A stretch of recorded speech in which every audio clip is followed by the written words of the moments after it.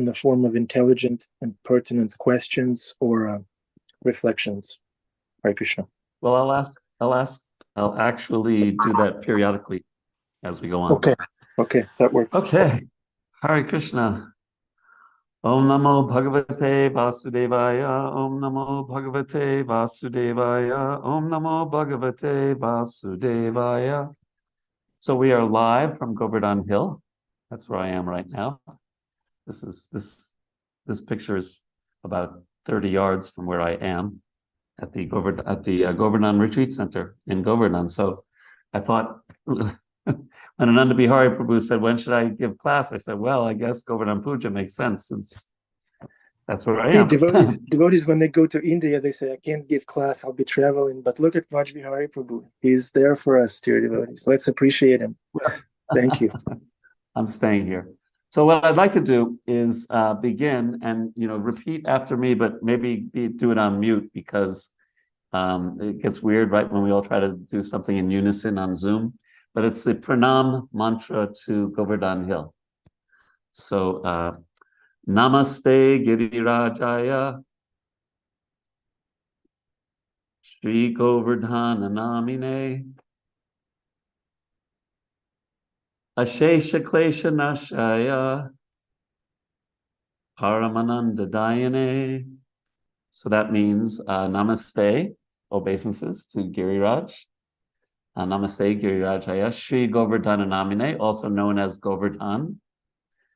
Ashesha Klesha Nashaya, who removes all kleshas, all difficulties in life, and Paramananda Dayane gives the highest bliss. So Govardhan Puja is just like this amazing day, right? It's with no fasting, just like unlimited sweets, unlimited prasadam, and beautiful pastimes of Krishna doing his amazing feat of lifting Govardhan Hill. So it's just one of those. You don't have to, like, no fasting. Isn't that great? And I thought I'd talk about 4 points or lessons or important points about this day and about the Krishna lifting of Govardhan Hill. And they are the obvious one in one sense, the Krishna giving shelter. And then the second one is about absorption, because unlike most of the times in Vraj, the Brijvasis and the Gopis and Gopas, they could actually stare 7 days nonstop at Krishna. And then the third is all about relationships and the relationships that were all going on during Govardhan Puja. And I think some lessons that we can learn about being more focused on relationships sometimes as we're hearing about Krishna's pastimes, as we're reading the Shastra. And then the fourth one, which was a very important one, is the curbing of Indra's pride. So I thought I'd read it just, a short part from, I'm reading mainly from the Krishna book and a little bit from the Ananda Vrindavan Champu, which has a long description of the Govardhan Hill pastimes. So Krishna is our shelter. He effortlessly can take care of us. So let's just hear a few sentences from his pastime. Thus, he exhibited his transcendental pastime of lifting Govardhan Hill. Lord Krishna then addressed his devotees.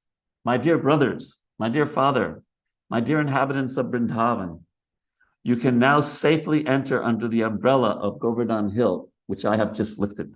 Do not be afraid of the hill and think that it will fall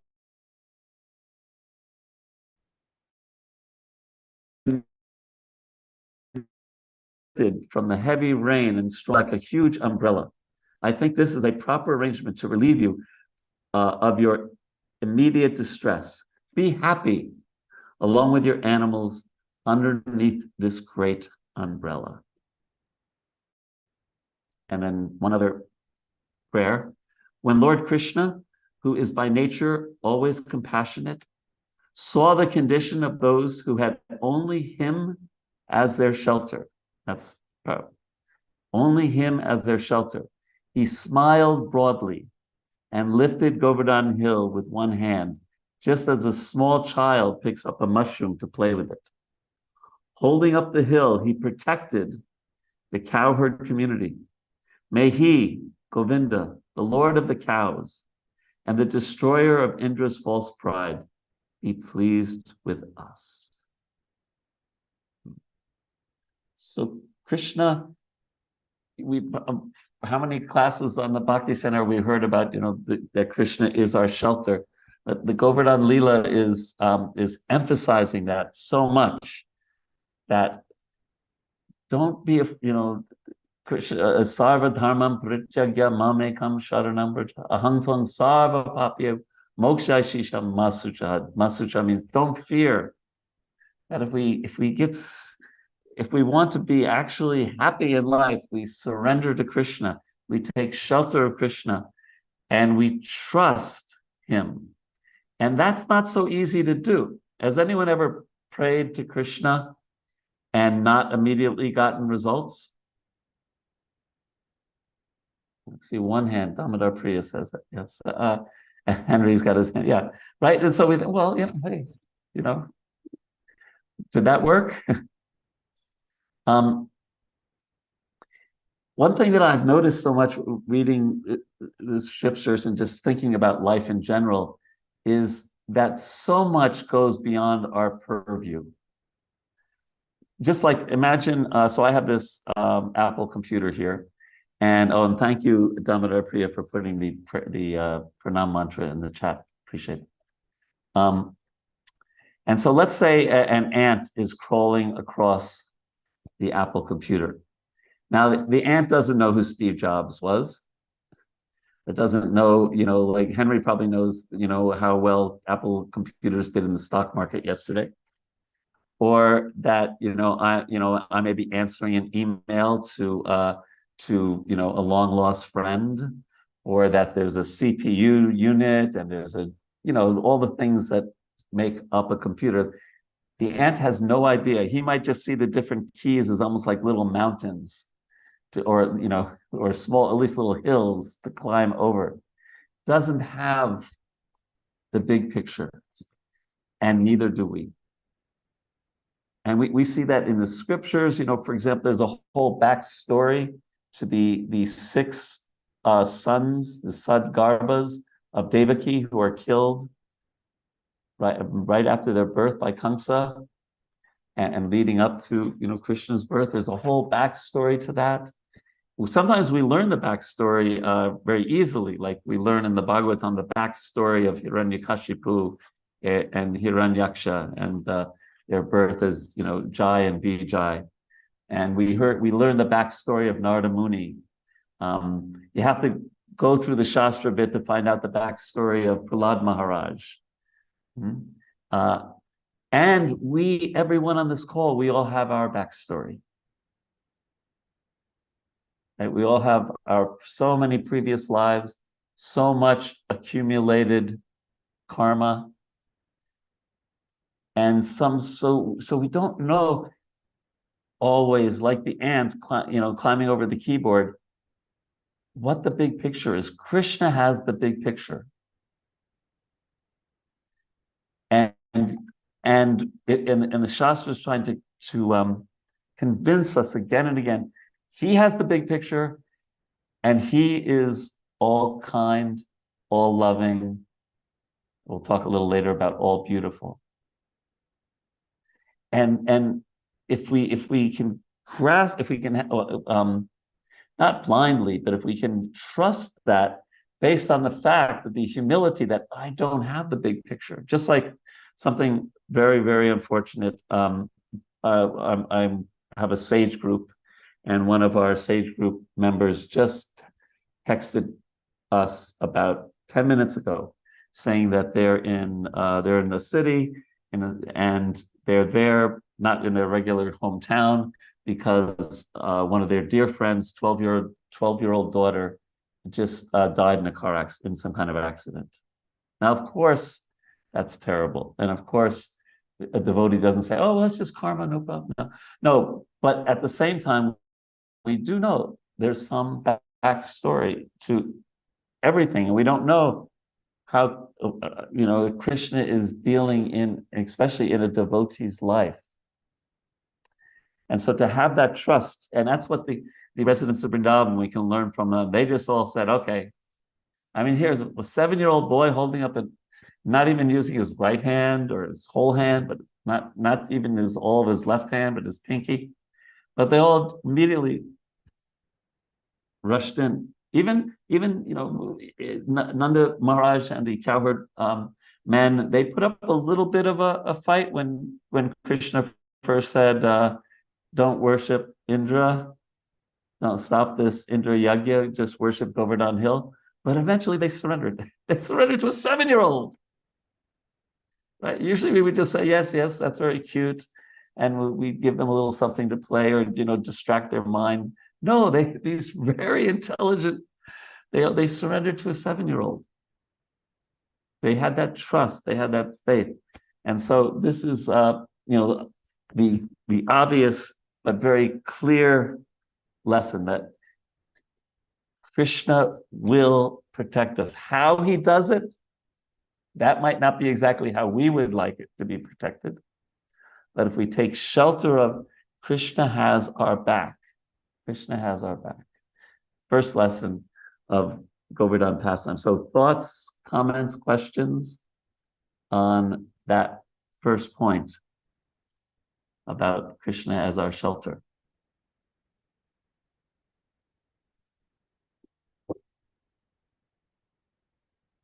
Yes, Hare Krishna. Oh, sorry. Go, Jamunajaya. Oh, Jamunajaya. Okay, I saw that. Go ahead. Whoever's speaking. I just real quick. It was just I was just rereading some of the Saranagati prayers just yesterday, and Bhakti Jano, of course, beautifully says that the acceptance of that Krishna is my only maintainer, and that Krishna will surely protect me. So, and during Kartik, I am reading a different set of prayers, a great soul every day. And today I'm on cue. I'm doing it alphabetically. And today's Queen Kunti for me. So it's all so beautifully tying in. So I just wanted to say it's like, so it's such a great point. So thank you for bringing it up. And I'm just feeling all these ways it's tying in for me today. Hare Krishna. Thank you. And we don't have to pray exactly like Queen Kunti. May all these calamities happen again and again, because they're going to happen anyway. But yes, there's such beautiful prayers, amazing prayers by Queen Kunti. Thank you so much, Jamunajaya. Someone else has a hand up? Yes, Hare Krishna, Vraj Vihari Prabhu. I think Krishna has the funny, he has such a sense of humor, because today's my first day back in our Zoom Srimad Bhagavatam class. After on October 19th, I was taken to the ER via ambulance because I collapsed from excruciating pain. And while I was there, I had a scan that told us that I have a herniated disc in my lower back.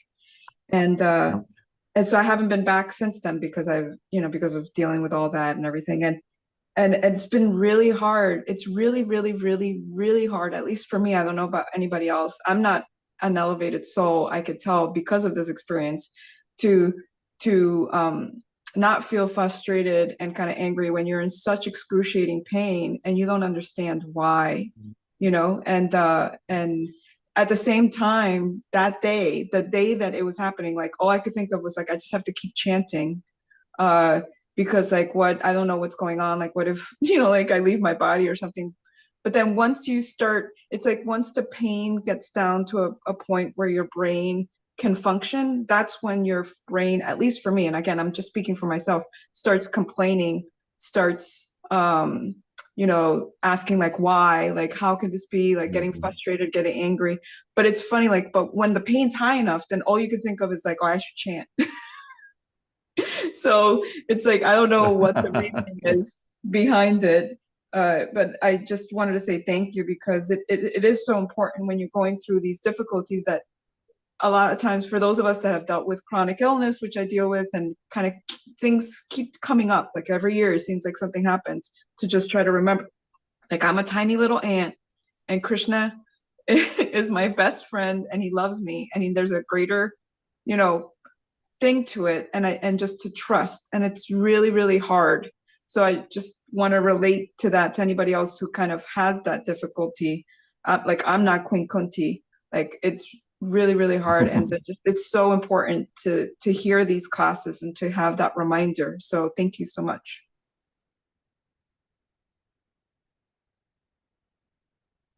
Thank you so much for that.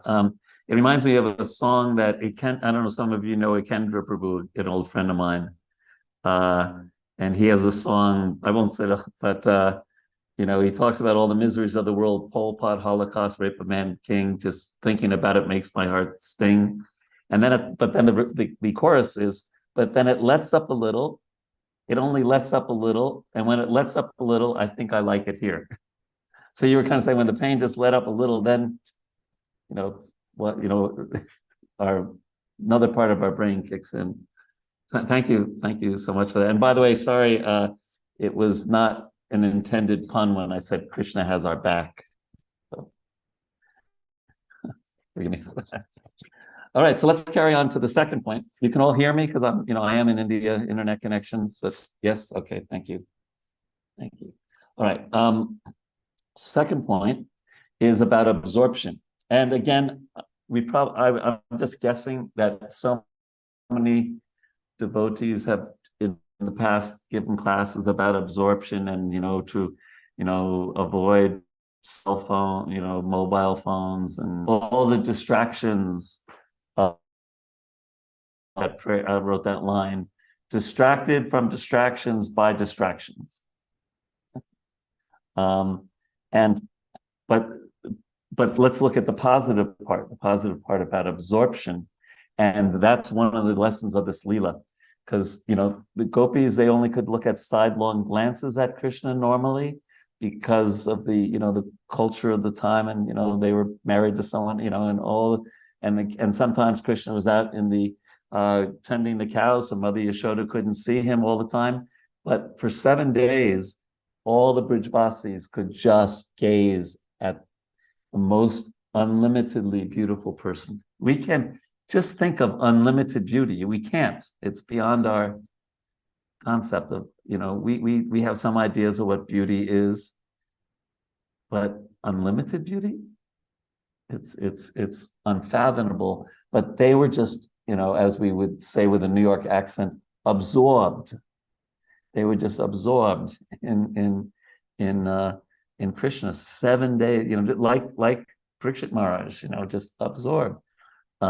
And that's a lesson for us, at least when we're trying to chant our japa, to try to not do anything else, that this is just our time to be with Krishna, and convince ourselves, I have nothing else to do. I have nothing else to do. I have nothing else to do except when it's time to chant or whatever it is, some service that we're rendering, or taking prasadam and focusing on how kind Krishna is to give us prasadam. But finding ways to get absorbed is such an amazing lesson from this pastime. Because like I said, often the gopis could only make sidelong glances. Now they could just stare right at him like that. And similarly, the gopas and his mother and father and the elders of Vraj, they could all, and the cows and all the animals, sentient beings, could all just stare at the unlimited beauty of Krishna. And sometimes he was playing his flute with one hand, Murali, if I'm pronouncing that right. Yeah, it's just, he was the center of all attraction. That's a little hard on the false ego, that he's the center and we're not. So some thoughts about absorption in bhakti, and you could bring it down to the practical level or in this Leela. What are your thoughts about absorption?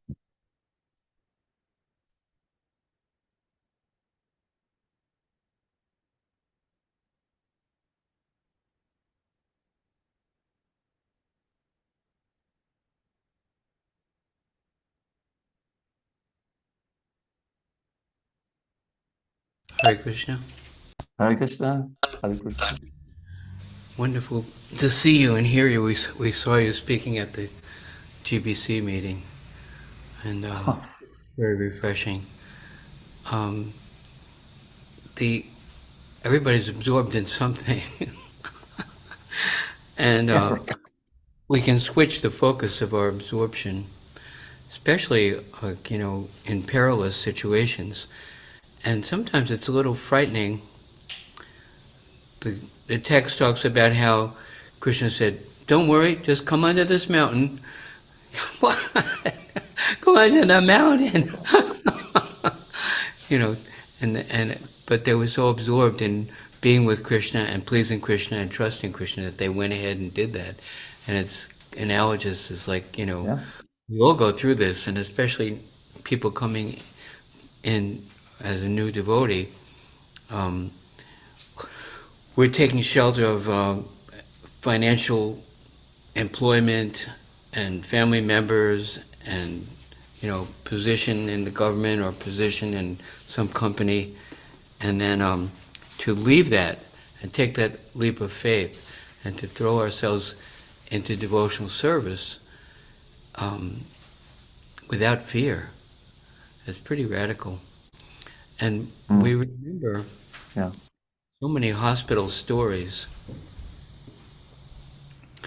where people were in that distressed, painful condition, and then there was one devotee, Lokapal. I don't know if you know him from New York, and he was calling me up from a psychiatric hospital, and you gotta get me out of here. There's no devotees here. This is a terrible place. All these crazy people.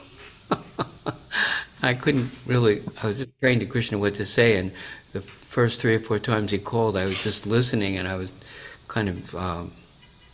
But then Krishna answered my prayer, and I said to him, Lokapal,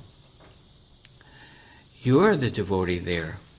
Who's in front of you? Nurse's aide. Well, we should pray for that girl, and pray for the people delivering the lunch, and pray for the cleaning lady, and pray for the nurse, and preach the holy name. And he called me the next time he called me up. Instead of being absorbed in fear, I couldn't even. I said, "Who is this?" He said, "It's me, Lokapal." I said, "Oh, well." He said, "You know what? I'm chanting, and I'm praying for these people, and I'm actually taking the posture of what do I want, what do I like, what I don't like, but how can I serve Krishna here, and how can I give these people what Prabhupada's given us?" It was just amazing. I couldn't even recognize his voice. And then he was discharged from the hospital, and on the subway, on the way back from the hospital, he left his body. Wow, amazing. So thank you for that. You can flip from being absorbed in the fallible soldiers and the ridiculous ideas that we have to being absorbed in devotional service to Krishna. And then there's real shelter, there's real satisfaction, there's real peace of mind. And Prabhupada's calling us for that. Anyway, we pray to say glory to Prabhupada. Hare Krishna. Thank you, Prabhu. And I do want to, as you're talking, I did want to emphasize the real connection in bhakti, especially for those of us who practice it for some time, is this absorption. It really, we should all be considering when I'm doing some devotional service, how to really be, as Krishna says in the Bhagavad Gita, ekeha, vyavasa yatmika buddhir ekeha, single-minded. The connection and the higher taste that one gets from that effort is of a very different level than just kind of going through the motions. So thank you. Okay, so the next one, relationships, and I assume you can still hear me. I always get nervous a little bit with the internet here. Okay. So I'll start by saying in a few days, it's my 34th wedding anniversary. Now, why am I bringing it up with Govardhan Puja? I'm here in Govardhan. My wife is in Washington, D.C., and this is about 6 months we won't see each other. And I'm making sure that a friend of mine goes to the local flower shop and buys her, some flowers for for our anniversary. So it's not the flowers that, it's I want to say, oh yeah, we're still married, Harry, I'm still here, and and that I'm thinking of her and that we're connected. It's the flowers they symbolize the relationship, and the relationship is the key. And when we read Bhagavatam, when we read the Chaitanya Charitamrita, one thing we could be really thinking about is a lot of this is about relationships, and really see the relationships as they're going, as they're unfolding in those pages. So let's examine a little bit about relationships. They're so, because we could get so absorbed in the 7-year-old lifting with his pinky and all that, but so much around that is what's going on in relationships. So there's a relationship with Giriraj, with the Govardhan Hill himself, and our understanding is that Giriraj is a person. And here it says that Krishna, his effulgent jewel-like body, washed by the moonlight of his smile, instantly removed whatever hardship Giriraj felt from the lightning bolts, heavy hailstones, profuse rains, and high piercing winds. By seeing Krishna's effulgence and feeling the sweet breath from his lustrous lotus face, Giriraj felt totally relieved while relishing the exciting adventures of the Lord. So this relationship between Krishna and Govardhan Hill, there was this loving exchanges. And then Madhu Mangal, if you're familiar, he's a Brahmana who's very lighthearted and funny. He very much has this hasya ras with Krishna. And so he says actually, I think it's to Yashoda, not Radharani, "Oh, Queen of Vrindavan, don't you know that this great mountain is sitting on the lotus hand of Krishna by the strength of my mantras and special powers? Therefore, my friend is not feeling any pain from holding Giriraj.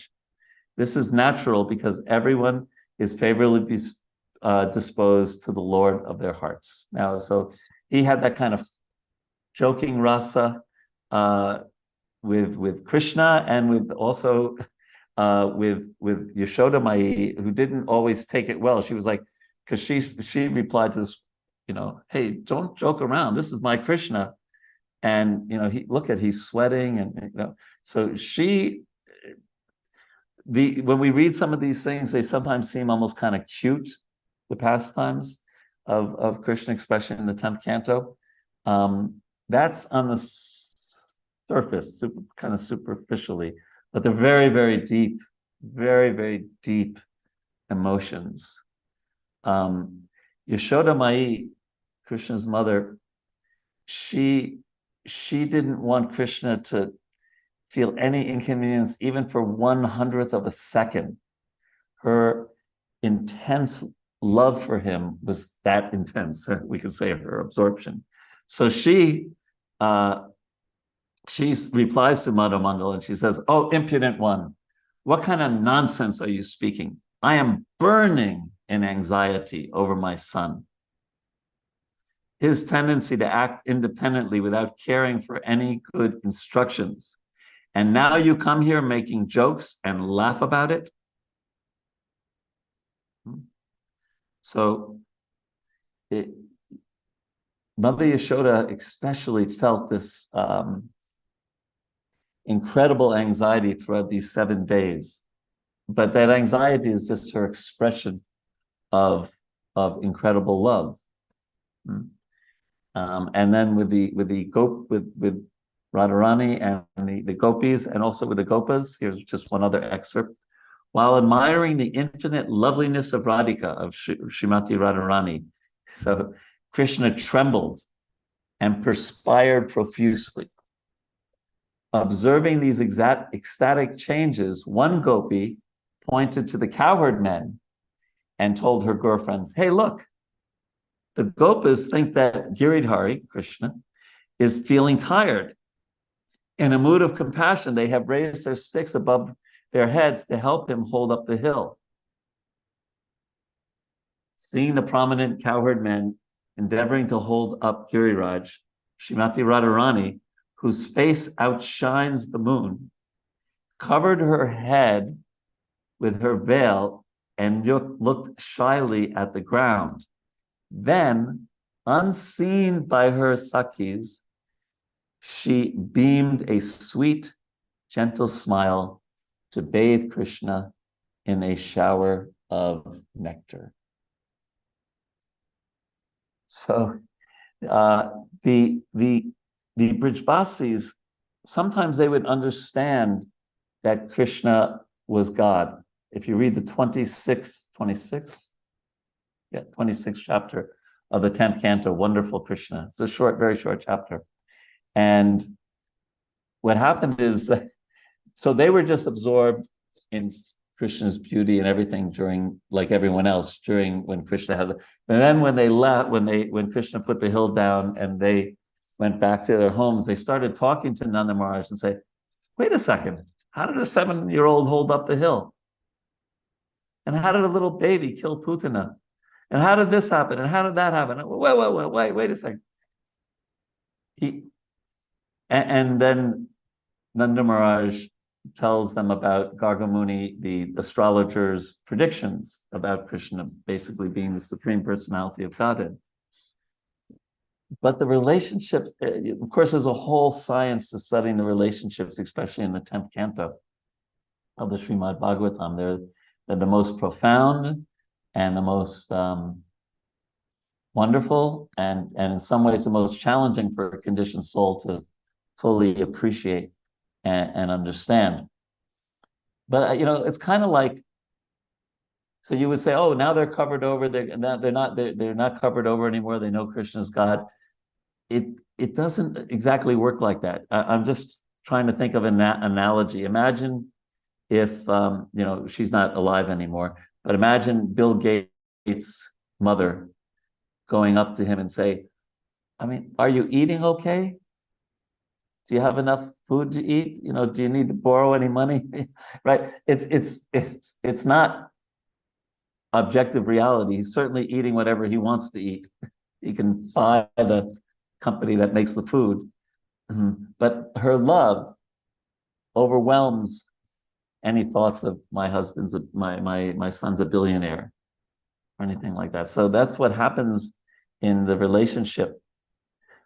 So we as devotees, we as human beings, we need relationships. We need to have exchanges of kindness and love in our life. And we also need to really work on appreciating the fact that we have a loving relationship with Krishna and that he loves us regardless of all of our shortcomings. And the only actual purpose of our life is to develop that love for him.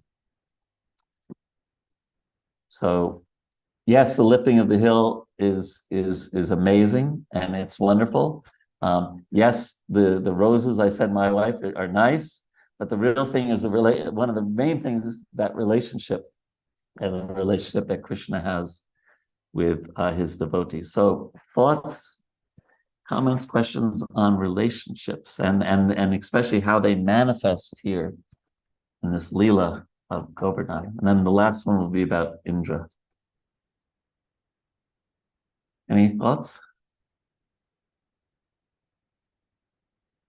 If not, I can carry on, but I always like to give, sometimes people say, well, should I ask something? Should I say something? Maybe.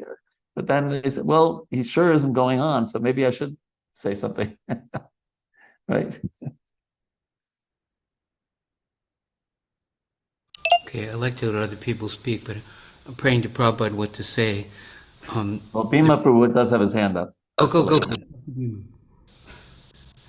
Haribol Prabhu. Very, very nice how we look at Govardhan from many different levels.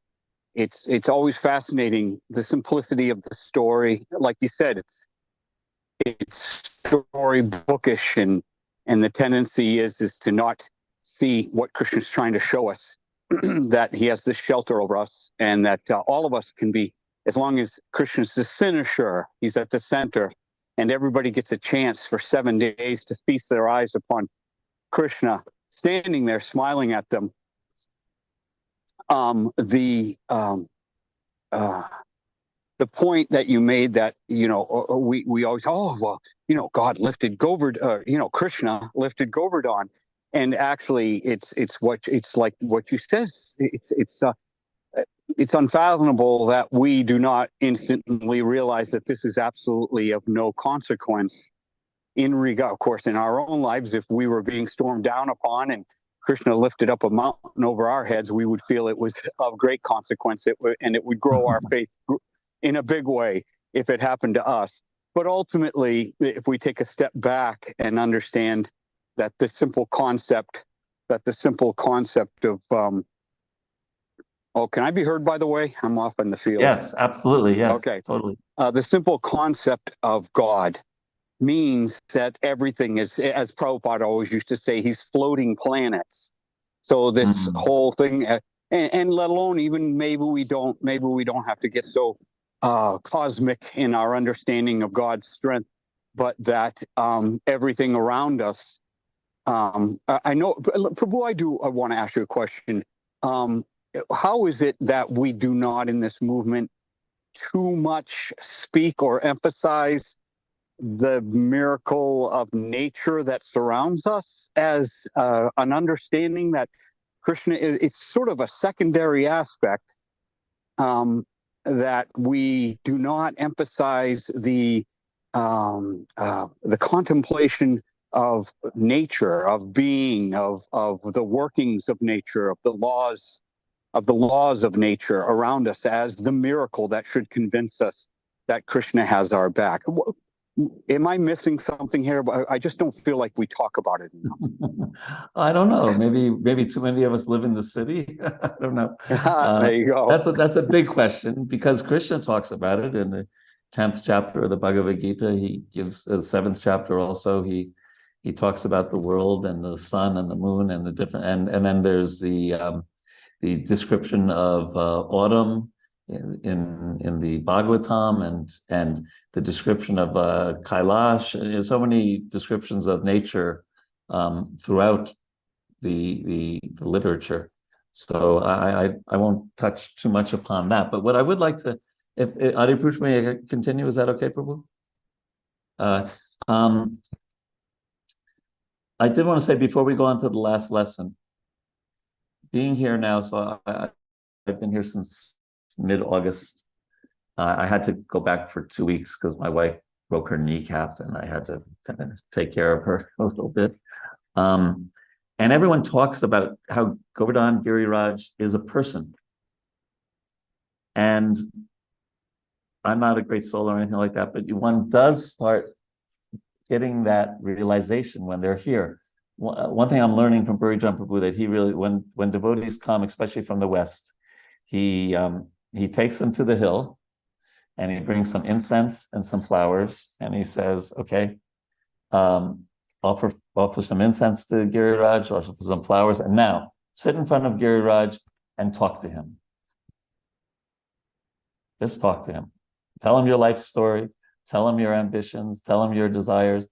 Just sit there for as long as it takes. So sometimes devotees sit there 45 minutes, an hour, whatever, and they just walk. You just see them have this, real experience of a relationship with Giriraj, just by being there. So it's not, it's easy to do, right? I'm just sitting here. I just take the devotees to the hill. Here's some incense. Here's some flowers. Talk to Giriraj, and he's a person, and we just Ashesha Klesha Nashaya Paramanandadayane. He takes away miseries, and he gives the highest happiness. So please come. We have this beautiful retreat center now. It's a 2-minute walk to Govardhan Hill, and it's amazing. So let's go on to the last lesson, because it's a very important one, about curbing Indra's pride. Now, first, there's some really, so now we're almost, in some ways, we're coming down to life, because there's at least two really important lessons here that we can apply very much in our interpersonal relationships. The first one is that, and I'll just read this, from the commentaries of the Acharyas, we understand that Lord Krishna wanted to provide a solitary meeting for Indra so that he would not be further humiliated. Indra came to surrender and beg forgiveness, and the Lord allowed him to do so privately.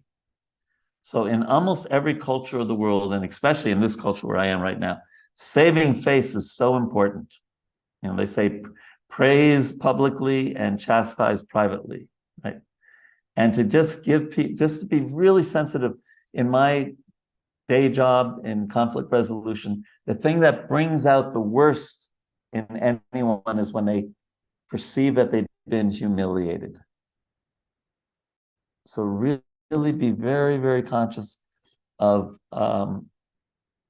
arranging things so that when we're dealing with others, that we are sensitive to this need. And Krishna understood Indra's need in this regard, and you know, so he went to a solitary place and met with him. Really, you know, when I read that, I just read it today it's in the BBT Bhagavatam, and I just, wow, that's like, hey, wait a second, I knew that already. I teach that, but Krishna did it a little before me. Anyway, and then the other, of course, very, very important lesson. And Krishna says, "My dear Indra, it was out of mercy that I stopped the sacrifice meant for you. You were greatly intoxicated by your opulence as king of heaven, and I wanted you to always remember me." So again, relationships. So the relationships wasn't only with the Vipassis, it was also with Indra. And the key, or I think, in my opinion, one of the real keys is Krishna didn't tell him. Krishna arranged things in such a way that Indra got the realization. He didn't say, "I'm God," no, but he lifted the hill. Everything that Indra threw at him and Indra came to the realization himself. You know, so what is that? A man convinced against his will is of the same opinion still. So one of the great things in teaching is, even in writing, they say, show, don't tell. Lead the reader to your conclusion without saying, you should think like this. And sometimes we do. Krishna sometimes does say you should think like this. But in this pastime, he allowed Indra to come to that realization. So these points about sensitive, about humiliation, and the fact that Krishna led him to the conclusion without telling him what the conclusion was. Two very powerful lessons in interpersonal relationships. So, comments, questions on that or anything? We have 3 minutes according to my computer without the ant crawling on it.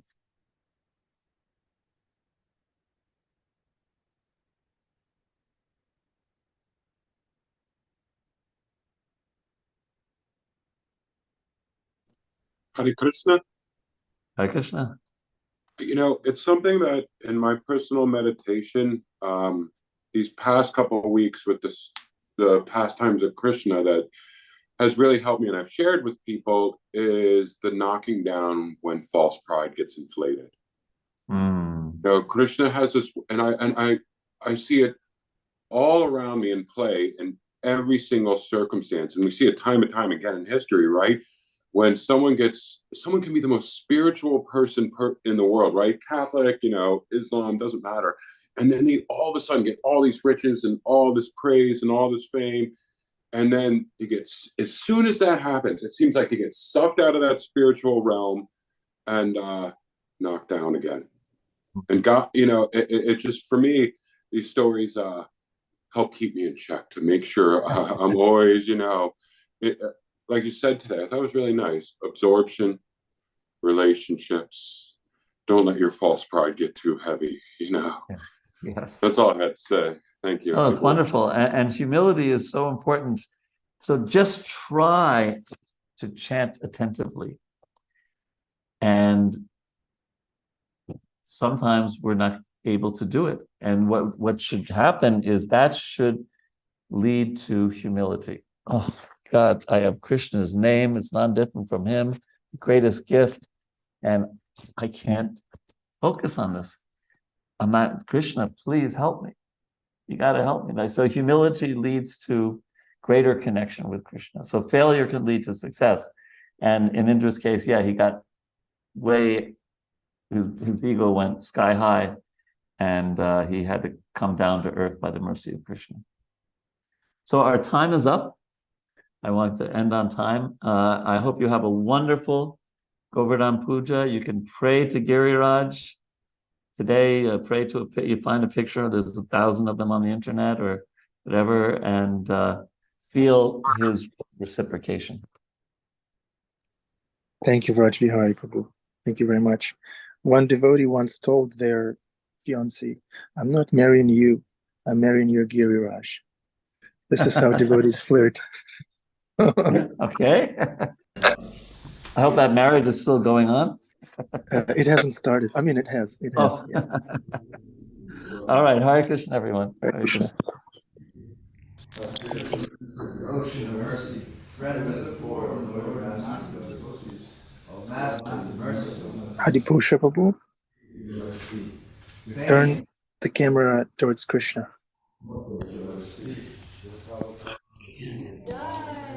Turn the phone around.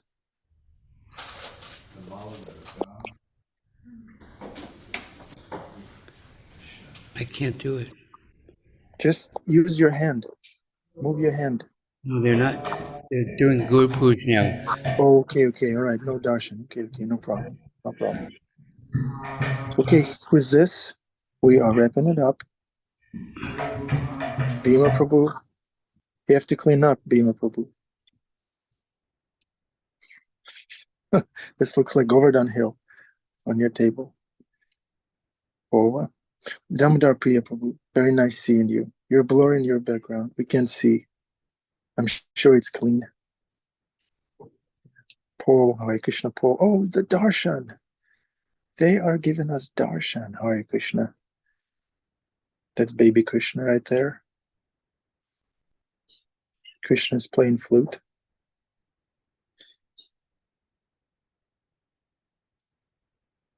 It's another flute that Lord Chaitanya Nityananda.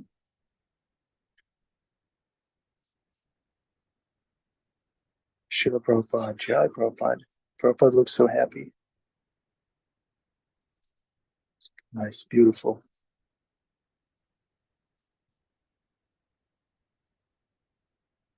That's what you see when you go inside every atom. You see cute naked booty, you see flute, peacock feather. Right. Okay, before I say something's outrageous, I'd like to wish you a wonderful Govardhan Puja. Come to the temple, take Prashanam, circumambulate the hill, dance with the devotees, be seen by the devotees, hug them, touch them, say something uplifting to them. And thank you very much for being part of this group so steadily. We love you. Hare Krishna. Damodar Priya Prabhu, we love. Is your pain now getting better? Is there any dynamic? Are you? It's better in the sense that I don't have to be lying down all the time, and I can, I have a walker and I walk around with the walker, and I try to walk without the walker sometimes, but I can get into the car, and we did a car ride, so I'm going to be able to go see the doctor in person and maybe start physical therapy. So it's better in that way, but it's still not great. So it's fine. Like I'm happy to be able to come to class. Before, the pain was too much that I couldn't even sit and focus on class, which is why I was watching it on YouTube, so I could pause it or walk away or be lying down. So I'm just grateful for the little things. Sometimes you just have to be grateful for the little things, and I'm grateful that I can make it to class. So thank you. And thank you everyone for your prayer. Thanks for sharing your realizations. I'm sure Paul is taking very good care of you. Yeah. Thank you, Paul. All right. Okay, Hare Krishna.